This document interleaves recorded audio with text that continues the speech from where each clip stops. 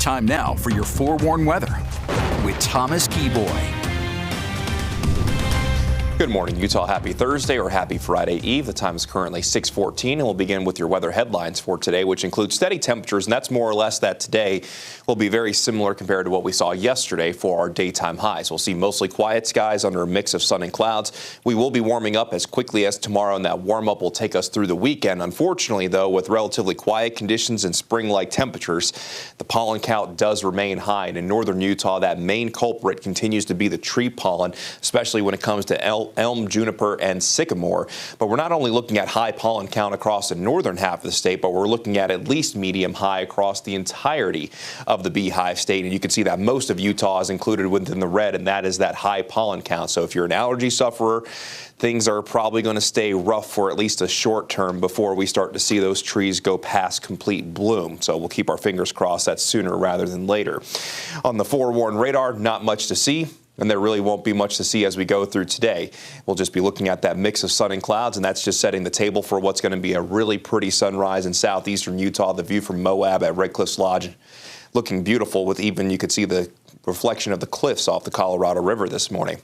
Here's the current view from Alta overlooking Albion Basin.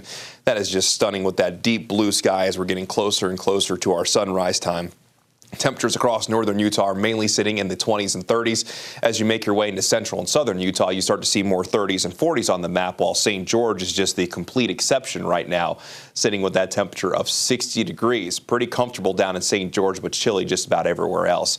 Temperatures will be warming from the 40s at around 9 o'clock this morning along the Wasatch Front to around 50 degrees by your lunch hour, mostly sunny skies.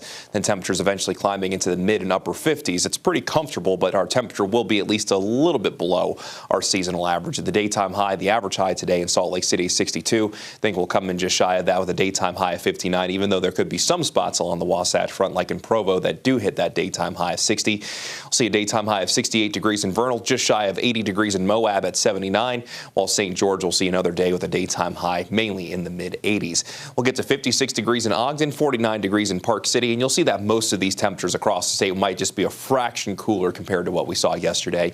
We'll get to 75 in Castledale, 55 in Fairview, and a daytime high of 62 in Oak City.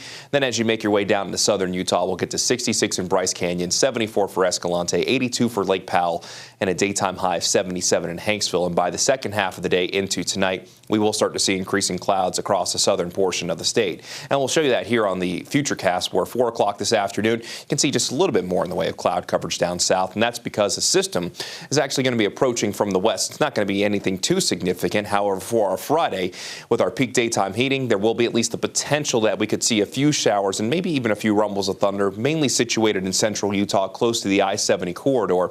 By tomorrow evening, the chance of any wet weather comes to an end, and we'll be looking at mostly sunny to partly cloudy skies for our Saturday. And by Saturday, our daytime highs will be well above our seasonal averages across the entire state. We'll be above average the next few days in St. George, but today and tomorrow, daytime high right around 84, 85 degrees. Overnight lows in the middle 50s, and then those daytime highs start to climb into the upper 80s by the weekend. There is a chance that we could hit 90 degrees on Sunday. As of right now, we'll go with the daytime high of 89, and then those daytime highs ease down slightly back down to the middle 80s by the middle of next week. Along the Wasatch Front, mostly sunny to partly cloudy skies the next several days. We'll go from the upper 50s today to the middle 60s tomorrow, low 70s on Saturday. Then daytime highs will likely be staying in the low to mid 70s as we go from the end of the weekend into early next week.